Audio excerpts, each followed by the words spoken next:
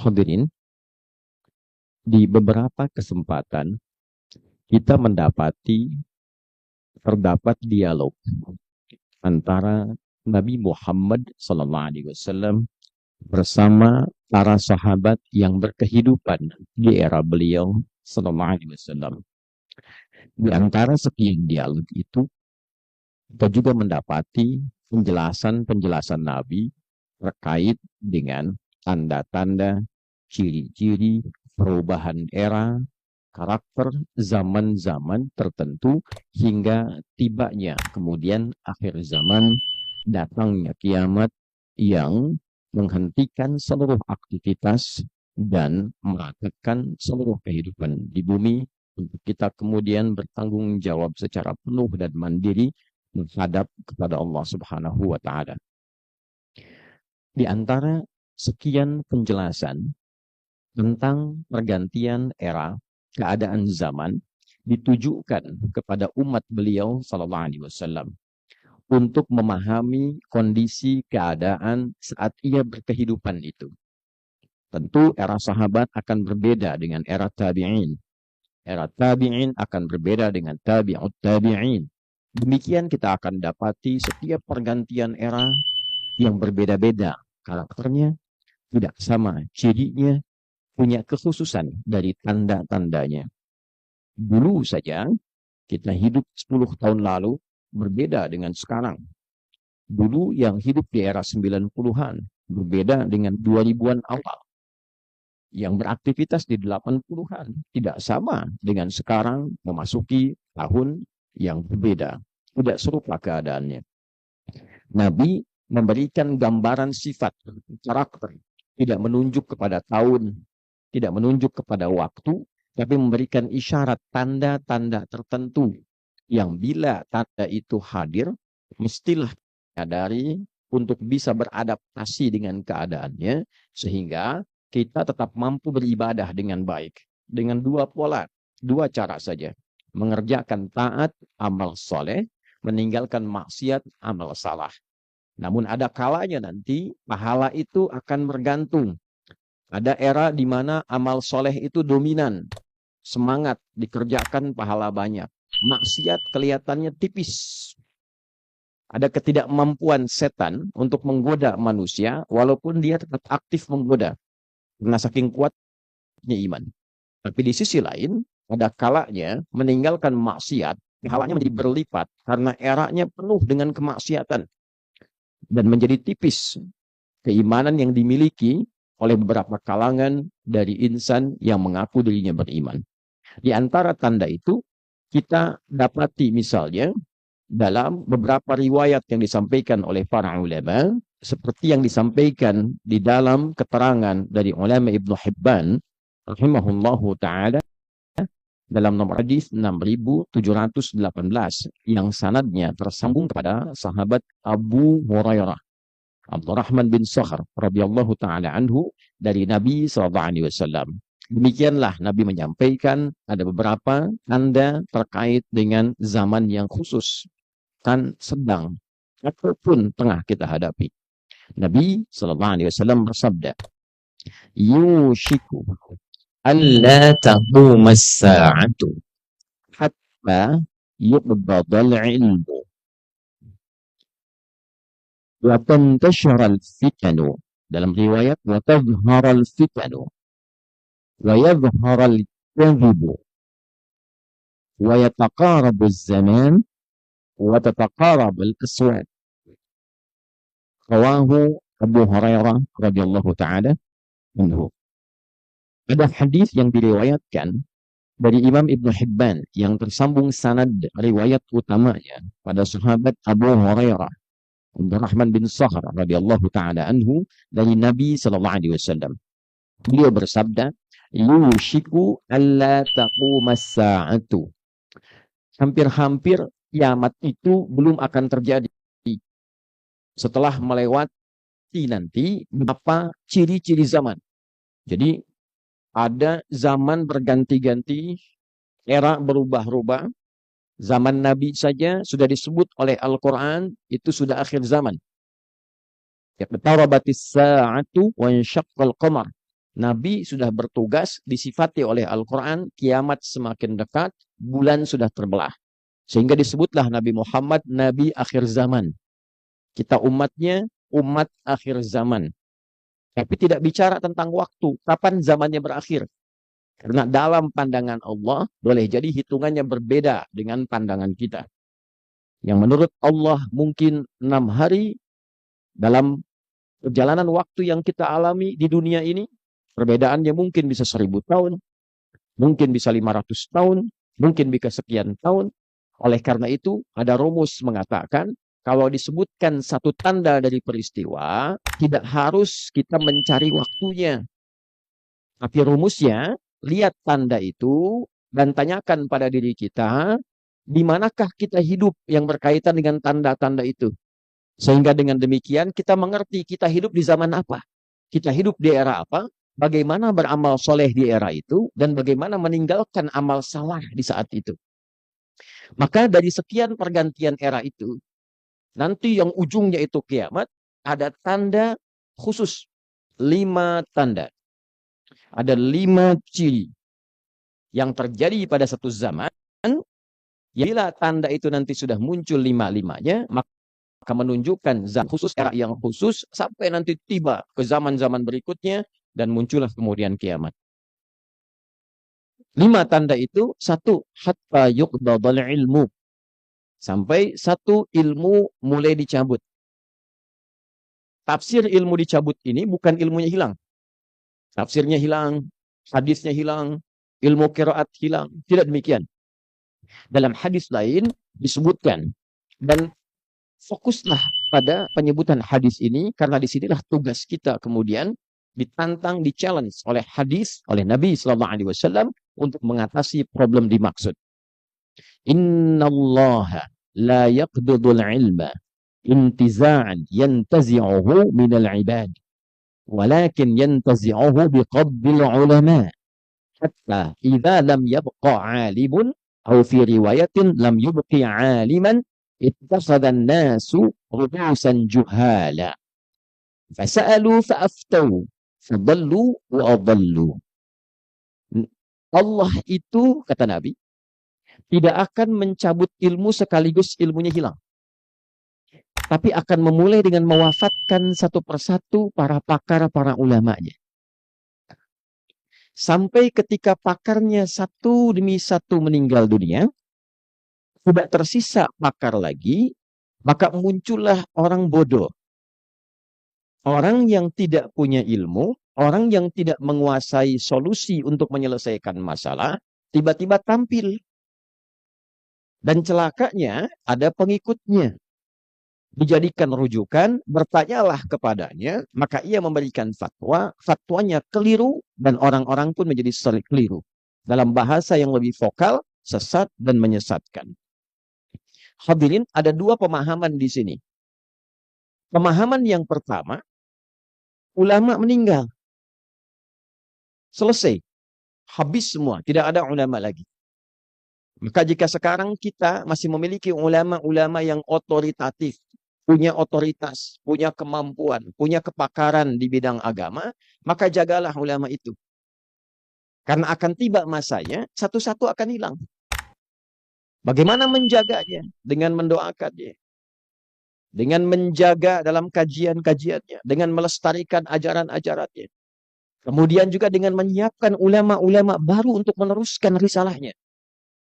Baik membangun sekolah dengan formal.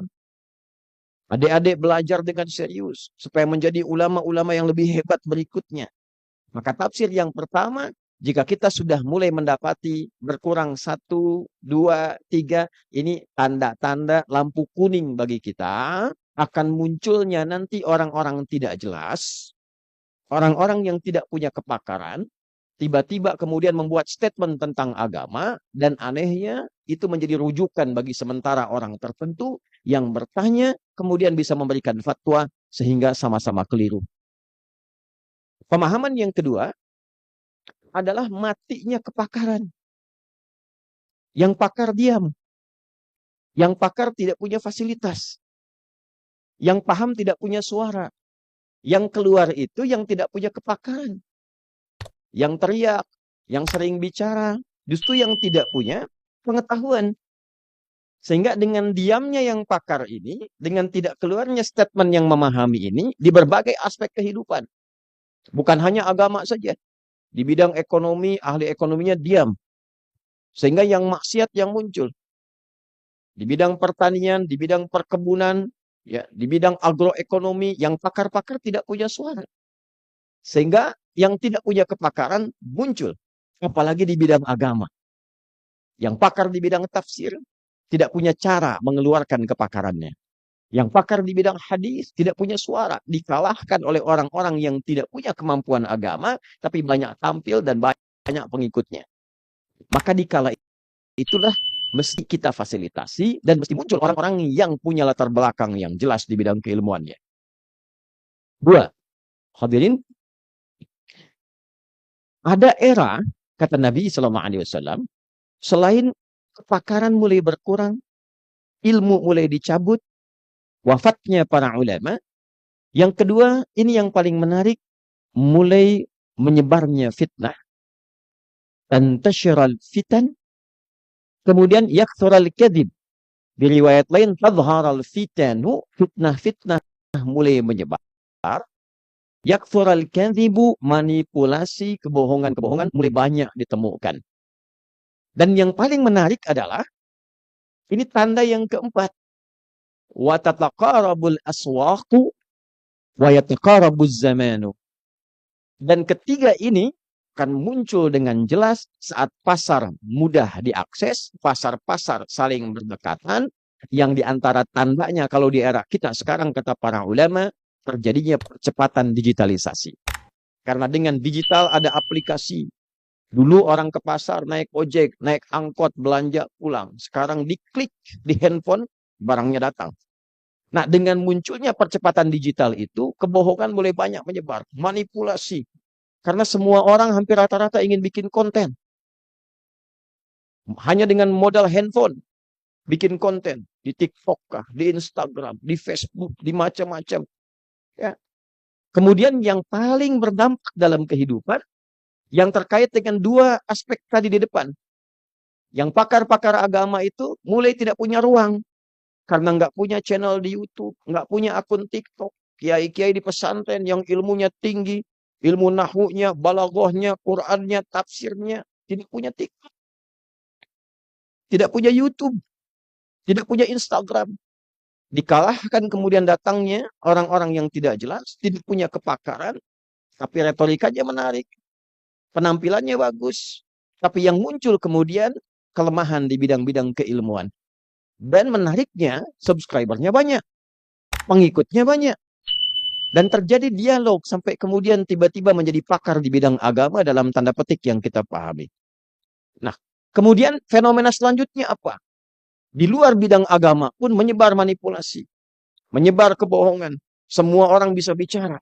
Tanpa kita bisa bedakan, ini yang benar yang mana? Yang salah yang mana? Sekarang ada artificial intelligence, AI. Orangnya bisa digambarkan, suaranya dimirip-miripkan gelombangnya. Orang tidak pernah bicara itu, tiba-tiba ada tampilannya. Tiba-tiba ada iklan, tiba-tiba ada jualan. Ustadznya, kiainya tak pernah bicara, suaranya ditiru, diambil frekuensinya, tiba-tiba kemudian bisa jualan produk tertentu. Bisa endorse kegiatan tertentu. Yakthural kadhibu, semakin banyak kedustaan, kebohongan, manipulasi terjadi, kemudian taharal fitanu, fitnah pun semakin merebak. Wa yataqarabuz zamanu, dan waktu semakin terasa cepat. Kemarin kayaknya baru sehari, ternyata sudah setahun.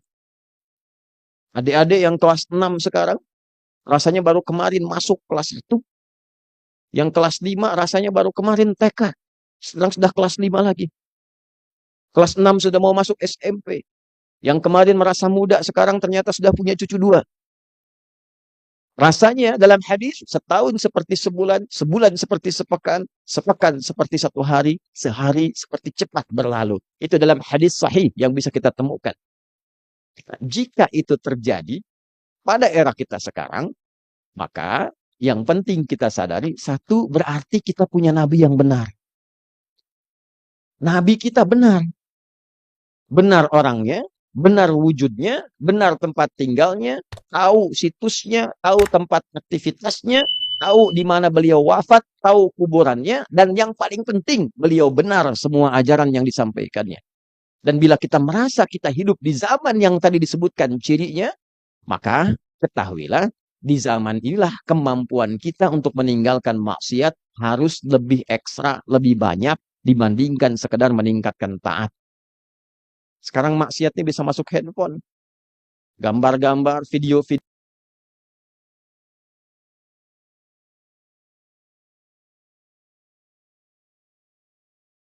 Mencuri sekarang sudah bisa disaksikan sendiri. Karena ditampilkan. Dulu adegan-adegan penangkapan, pencurian, rekayasa-rekayasa untuk orang-orang yang berbuat buruk itu nggak bisa kita akses. Karena gelar perkaranya tertutup, sekarang bisa terbuka. Cara mencuri motor, itu bisa ada tutorialnya. Cara ini, cara itu, bisa muncul semua. Sehingga tanpa sadar, setiap orang bisa belajar. Dulu orang judi itu on-site. Orang bilangnya offline. Sekarang sudah online. Ada pinjaman online, ada judi online, ada maksiat online. Nanti besok-besok ada nyontek online di sekolah itu. Ada saling memaki online sekarang itu. Saling mencelaknya online. Yang tinggal di Indonesia bisa mencelak yang ada di Amerika. Dulu nggak bisa dilakukan. Ada aliran makiyun, ahli maki-maki. Ada para kontainer, para pembuat konten. Nabi kita sudah sampaikan itu. Maka bagaimana caranya menghadapi situasi seperti sekarang ini? Yang paling pokok, jaga sholat. Jaga sholat. Karena sholatlah satu-satunya ibadah yang Allah siapkan untuk membuat pertahanan langsung dari tubuh kita supaya kita bisa meninggalkan maksiat. Inna sholata tanha 'anil fahsya wal munkar. Sungguh sholat yang ditunaikan dengan benar itu yang mampu mencegah diri kita, membuat perlindungan pada tubuh kita dari serangan perbuatan-perbuatan fahsya dan perbuatan mungkar. Fahsya, perbuatan maksiat yang bersumber dari nafsu faraj, zina, pornografi, porno aksi, LGBT itu fahsya. Mungkar, keburukan yang diingkari hati, sumbernya nafsu perut dan akal. Mencuri, merampok, berkelahi, ada yang membunuh, ada yang menipu, ada yang korupsi, itu mungkar. Kalau sholatnya benar, kalau sholatnya konsisten, kalau sholatnya baik, itu semua insya Allah kita bisa tinggalkan dan kuat pertahanan diri kita sampai kita wafat dan kembali kepada Allah Subhanahu wa Ta'ala. Itulah kenapa orang tua kita dulu dengan kalimat yang singkat dan padat sering mengatakan, sholat, jangan tinggalkan sholat, kemanapun kalian pergi sholat, dibangunkan kita supaya sholat, dari kecil kita didorong supaya sholat, bangun tidur terlambat dibangunkan supaya sholat. Kalau ada orang tua bersikap demikian, kita jangan marah, kita jangan merasa gelisah. Itu tandanya orang tua ingin kita dekat dengan Allah supaya kita kuat, supaya kita jadi orang benar, jadi orang soleh dan sukses di masa depannya. Hadirin, semoga Allah melindungi kita dari berbagai macam fitnah, dari berbagai macam keburukan di era tempat kita tinggal. Untuk terus mencintai Rasulullah SAW dan menunaikan ajaran beliau sampai kita wafat dan kembali kepada Allah dalam kebaikan. Bila ada rumus yang seperti tadi, jangan dicari waktu kiamatnya, tapi dilihat dari tanda itu, apakah kita hadir di masa itu, bagaimana mengatasinya, setidaknya kita selamat sampai pulang menuju Allah Subhanahu wa Ta'ala. Barakallahu li wa lakum fil Qur'anil azim wa nafa'ni wa iyyakum bima fihi minal ayati wa dzikril hakim. وتقبل مني ومنكم تلاوته إنه هو السميع العليم ادعوا الله يستجب لنا جميعا.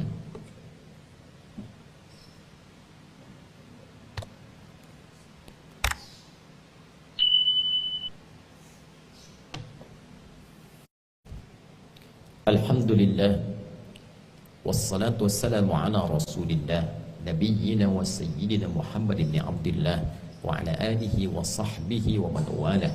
نشهد أن لا إله إلا الله وحده لا شريك له ونشهد أن محمدا عبده ورسوله الذي لا نبي بعده.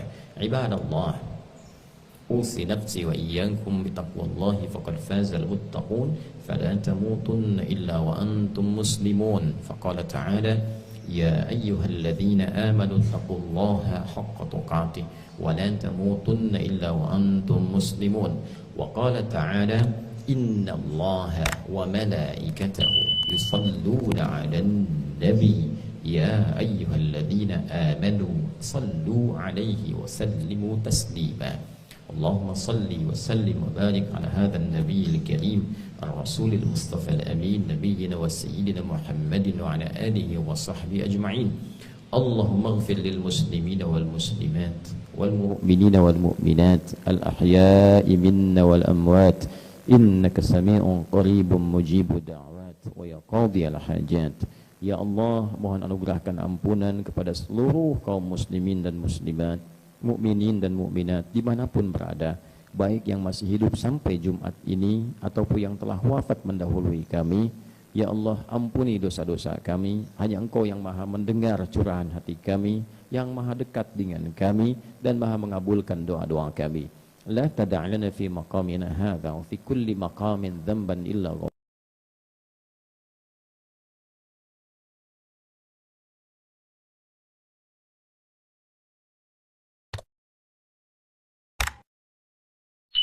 yang telah dikerjakan itu. Wala hamman illa farajtah. Jika ada yang gelisah, mohon tenangkan hati ya. Wala asiran illa yassartah. Jika ada yang mengalami kesulitan, mohon mudahkan kesulitannya. Wala muta'alliman illa faqaitah. Dan jika ada seorang pelajar, maka berikan kemampuan untuk memahami apa yang ia pelajari.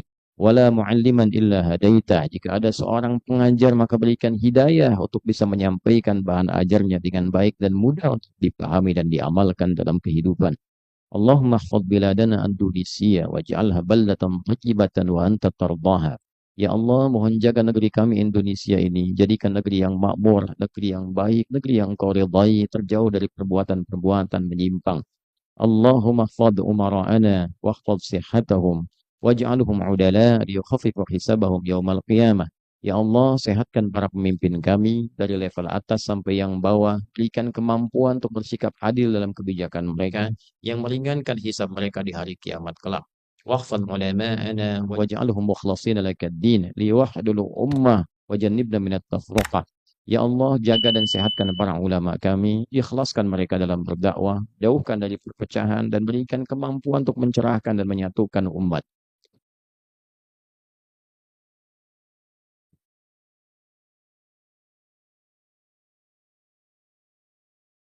Madrasah ini, madrasah akhyar dan ma'hadnya Mira, ya Allah, madrasah dan ma'had yang Engkau berkahi, yang melahirkan ulama-ulama yang baik menjaga negeri dengan niat ibadah dan keikhlasan kepadamu ya Rabbal Alamin. Rabbana atina fid dunya hasanah wa fil akhirati hasanah wa qina adzaban nar. Wa sallallahu ala sayyidina Muhammad wa ala alihi wa sahbihi wa dhurriyyatihi wa ummatihi ila yaumiddin wa akhiru da'wana alhamdulillahi rabbil alamin. عباد الله إن الله يأمر بالعدل والإحسان وإيتاء ذي القربى وينهى عن الفحشاء والمنكر والبغي يعظكم لعلكم تذكرون ولذكر الله أكبر والله يعلم ما تصنعون أقيموا الصلاة يرحمكم الله.